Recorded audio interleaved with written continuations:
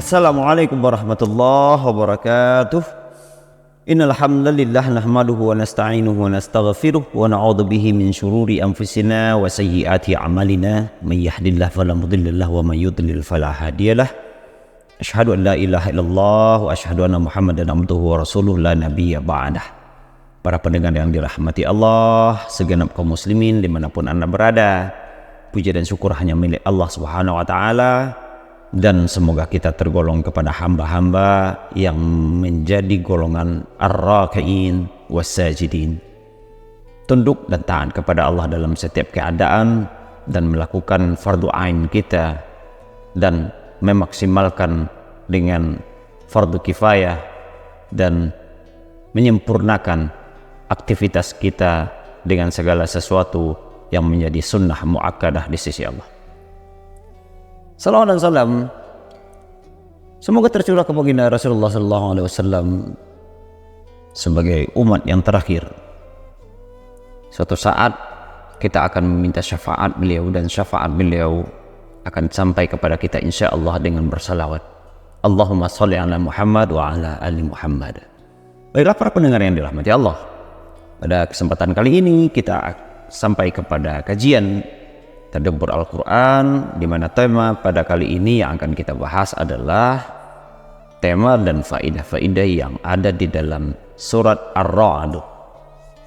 Surat Ar-Ra'd ini atau Ar-Ra'd ini tergolong kepada surat Madaniyah, di mana jumlah ayatnya ada 43 ayat.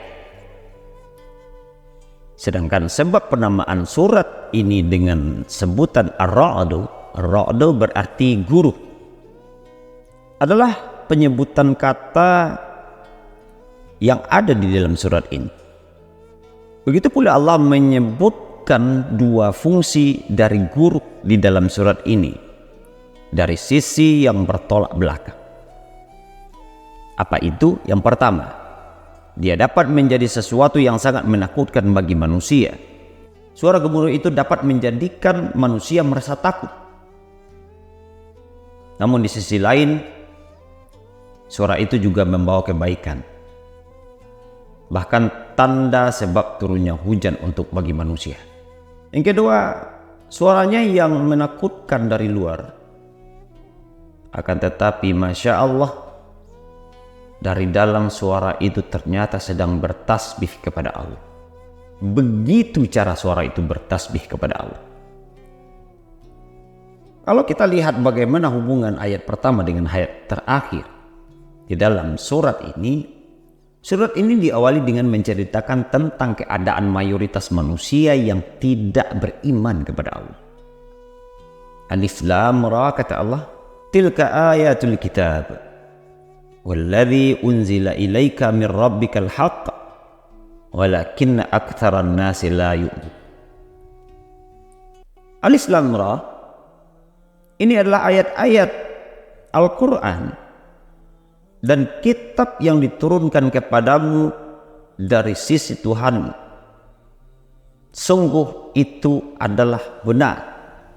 Akan tetapi kebanyakan manusia tidak beriman kepada Allah. Kemudian surat ini diakhiri dengan menceritakan tentang orang-orang kafir yang enggan beriman kepada Rasulullah SAW. Allah berfirman, a'udzubillahi minasyaitonir rajim, wa yaqulul ladzina kafaru lasta mursalan. Kamu bukan seseorang yang dijadikan rasul. Katakanlah, qul kafa billahi syahida, cukuplah Allah yang menjadi saksi antaraku dan kamu dan antara orang yang mempunyai ilmu Alkitab. Hal ini agar menjadi peringatan bahwasanya orang-orang kafir tidak membawa kebenaran dan tidak beriman kepada Rasulullah, walaupun kenabiannya tertera di kitab-kitab mereka dengan jelas. Maka surat ini menceritakan tema-tema besar di dalamnya kepada kita, di mana surat ini semoga menjadi bahan tafakkur bagi diri kita, dan semoga Allah senantiasa menguatkan iman kita. Adapun pembahasan utama daripada surat ini, dia berbicara tentang dua hal.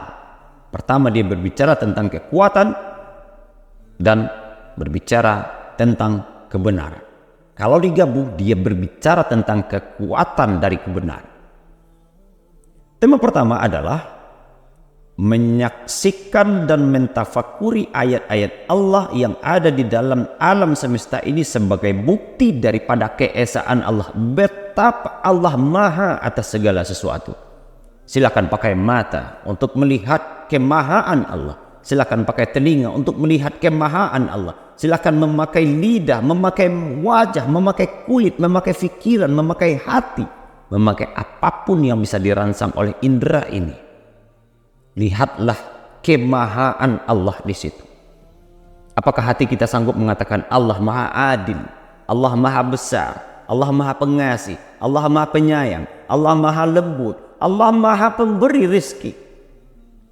Sanggupkah kita dengan apa yang kita miliki pada tubuh ini untuk melihat kemahaan Allah? Inilah tema pertama yang digiring, dibawa, disampaikan, dan harus ditadaburi. Sehingga akhir kata daripada hati kita, bahkan pikiran kita, bahkan titik fokus kita mengatakan, Rabbana ma khalaqta hadza batila. Ya Allah, sungguh memang tidak ada sesuatu yang sia-sia dari apapun yang Engkau cipta. Tema yang kedua, peringatan akan kenabian umat-umat terdahulu yang pendusta dan akibat keburukan mereka. Ternyata dari dahulu kaum muslimin ada saja nabi-nabi palsu yang hadir untuk mencelakai akidah orang. Ada saja orang yang mengaku jadi nabi padahal Jibril tidak datang kepadanya, kitab tidak datang kepadanya. Maka berdoalah dengan baik. Pada Allah lah minta tolong. Meskipun iblis dan setan kadang-kadang mau menolong kita, tetapi akal kita kadang-kadang menganggap pertolongan itu dari Allah. Padahal hati dan perlakuan kita memberikan persaksian, pertolongan, pemberian, pengharapan kepada iblis laknatullah. Maka ingatlah, segala apapun yang ada pada diri kita yang menjadikan diri kita lebih baik, selama kebaikan itu mendatangkan, memperkuat ketaatan kita kepada Allah, maka itu dari Allah. Tetapi apapun yang kita miliki, kelebihan apapun yang ada dari kita, jika kelebihan itu hanya mengurangi dan menghilangkan ketaatan kepada Allah, maka bisa saja itu berasal dari iblis dan syaitan.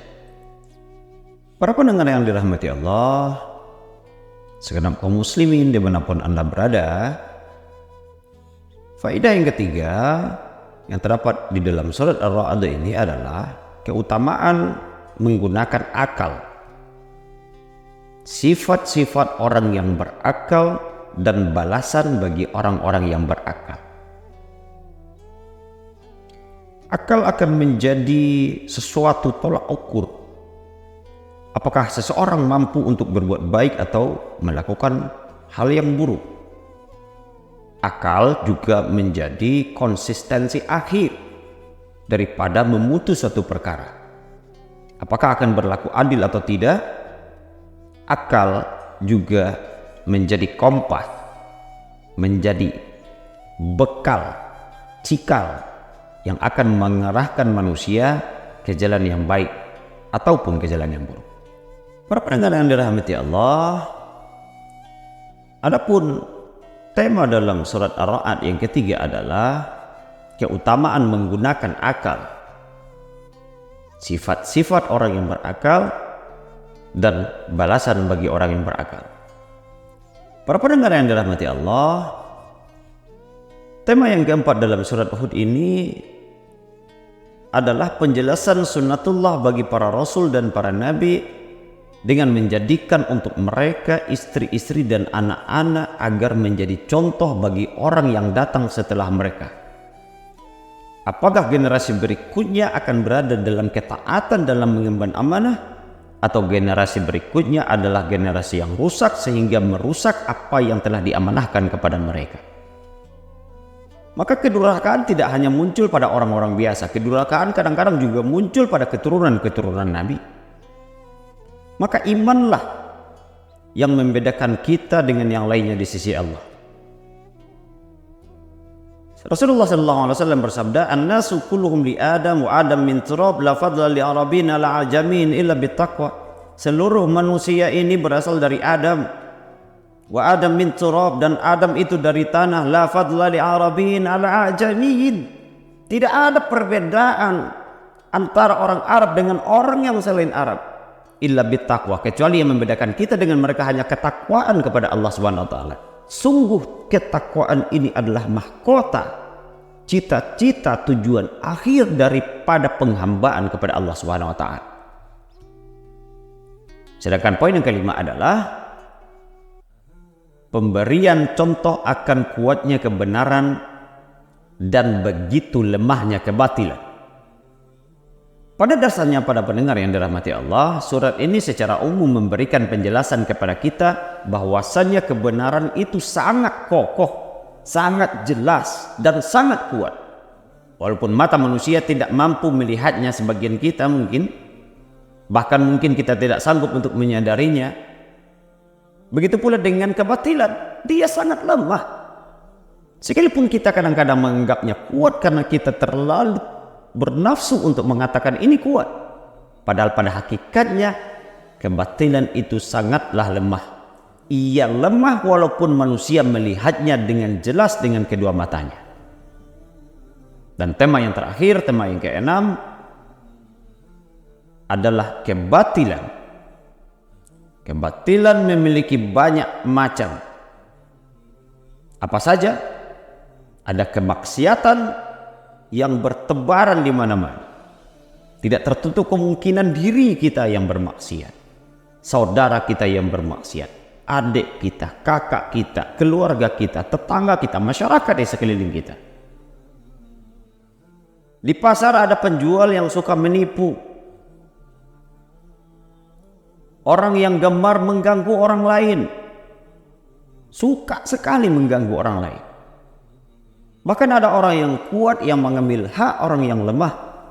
Maka datanglah suatu pesan dari surat ini agar kita tidak tertipu dengan pandangan luar sesuatu.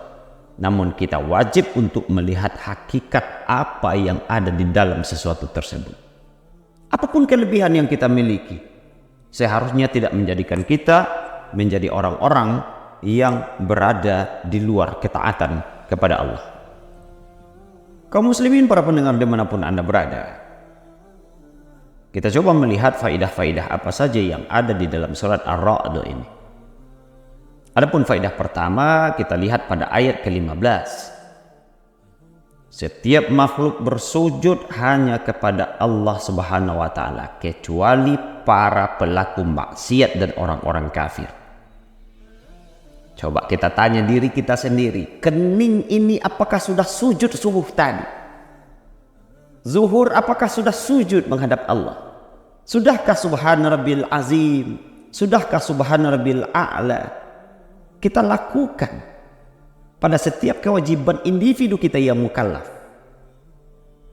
Maka siapa yang tidak bersujud, ingatlah kalian adalah pelaku maksiat, bahkan itu adalah kekufuran. Allah wajibkan kepada setiap mukallaf dibebani dengan rukun Islam. Maka pahamilah dan taatilah. Katakan sami'na wa ata'na untuk seluruh kewajiban atau fardu ain. Faedah yang kedua bercerita tentang berzikir kepada Allah Subhanahu wa taala. Berzikir kepada Allah Subhanahu wa taala adalah ibadah yang dapat menenangkan hati. Bukankah kita tahu bahwasanya kita diciptakan dalam keadaan berkeluh kesah? Innal insana khuliqa halu'a, sungguh manusia itu diciptakan dalam keadaan berkeluh kesah, kata Allah Subhanahu wa taala. Dan obatnya hanya salat, illal musallin alladzina hum an salatihim daimun. Hanya salatlah yang mengindahkan guna-guna yang ada di dalam hati itu, keluh kesah yang ada di dalam hati itu. Allah berikan kita obat untuk setiap penyakit keluh kesah kita di dunia ini. Bahkan orang-orang kafir merasakan ketenangan tersebut, hingga mereka pun seringkali sengaja untuk mendengarkan Al-Quran agar hati mereka dapat merasa tenang dengan mendengarnya. Aneh memang, kalau kita coba berpikir dengan baik, betapa di zaman Rasulullah SAW banyak dari orang-orang kafir yang belum beriman kepada Allah dan belum bersyahadat kepada Rasulullah SAW mengintip-intip, mencari-cari waktu untuk mendengarkan Rasulullah mengucapkan ayat. Ternyata ada ketenangan batin di hati dan sanubari mereka yang terdalam ketika mereka mendengarkan ayat-ayat Al-Quran. Tetapi mereka tidak memiliki kekuatan untuk mengikuti, berbaiat kepada Rasulullah SAW. Bahkan orang kafir pun mendapatkan rasa ketenangan dari Al-Quran. Bagaimana dengan kita yang muslim? Sudahkah iman membuat bulu kita merinding ketika seseorang mengucapkan kalimat Allah? Sudahkah kita menjadi merasa hamba yang sangat hina ketika kita merasakan keagungan dan kebesaran Allah? Dan siapa kita mengangkat suara ketika Rasulullah tidak mengangkat suara pada perkara-perkara yang ditentukan? Dan siapa kita mengatakan kita paling benar ketika Allah mengatakan al-haqqu min rabbik falatakunanna minal mumtarin. Falatakunanna minal mumtarin. Kebenaran hanya dari Allah dan jangan pernah engkau menjadi orang yang ragu. Tunduklah saudaraku kepada Allah. Patuhlah kepada hukum syariat. Allah takdirkan di sekeliling kita ada orang taat, masih dekat tempat mengadu. Allah takdirkan di sekeliling kita masih ada orang yang mau mendalami ilmu agama. Allah masih pandu kita dalam setiap apapun yang membuat kita ragu. Kita didekatkan dengan makhluk Allah yang paham dengan syariat. Sudahilah fujur yang berkuasa pada diri kita. Segeralah minta ampun kepada Allah agar segala sesuatu yang kita rasakan dan kita pikirkan mencapai titik nyaman di dalam ketaatan. Faedah yang ketiga adalah seorang muslim hendaknya memberikan perhatian yang lebih kepada bahasa Arab. Nah, kenapa bahasa Arab? Karena kitab kita bahasa Arab. Tidak satu bahasa Indonesia pun boleh dibaca di dalam sholat. Orang yang membaca bahasa selain bahasa Arab di dalam sholat yang telah ditetapkan oleh Rasulullah, Sallu kama ra'aitumuni usolli. Bagaimana kata Rasulullah, salatlah kalian sebagaimana aku salat. Tidak satu bahasa daerah pun, tidak satu bahasa pun yang diciptakan oleh manusia boleh masuk di dalam salat. Maka sebagai orang yang beriman yang baik, pahamilah bahasa kitab, bahasa Arab. Karena itu kaum muslimin sidang jamaah yang dirahmati Allah, para pendengar dimanapun Anda berada, maka siapa yang menginginkan kenikmatan, siapa yang ingin merasakan kenikmatan terus-menerus, jangan pernah bermaksiat kepada Allah. Jangan pernah bermaksiat kepada Allah. Maka orang yang menjadikan dirinya adalah seseorang yang memperhatikan bahasa Arab dan mempelajarinya, menjaganya. Karena bahasa Arab adalah bahasa Al-Quran. Dan dengannya kita dapat memahami apa yang dimaksud oleh Allah. Janganlah Al-Quran hanya menjadi koleksi di dalam lemari kita. Membiarkan Al-Quran hanya menjadi koleksi atau menjadi mahar bagi pernikahan tanpa membacanya adalah suatu kemaksiatan.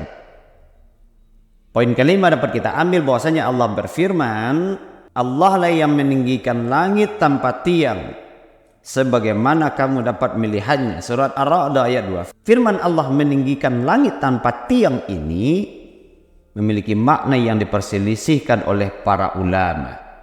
Setidaknya ada dua pendapat.